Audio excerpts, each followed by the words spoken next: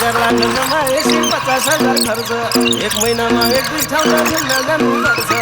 4 लाख जमा 150,000 खर्च एक महिनामा एक दुई ठाउँमा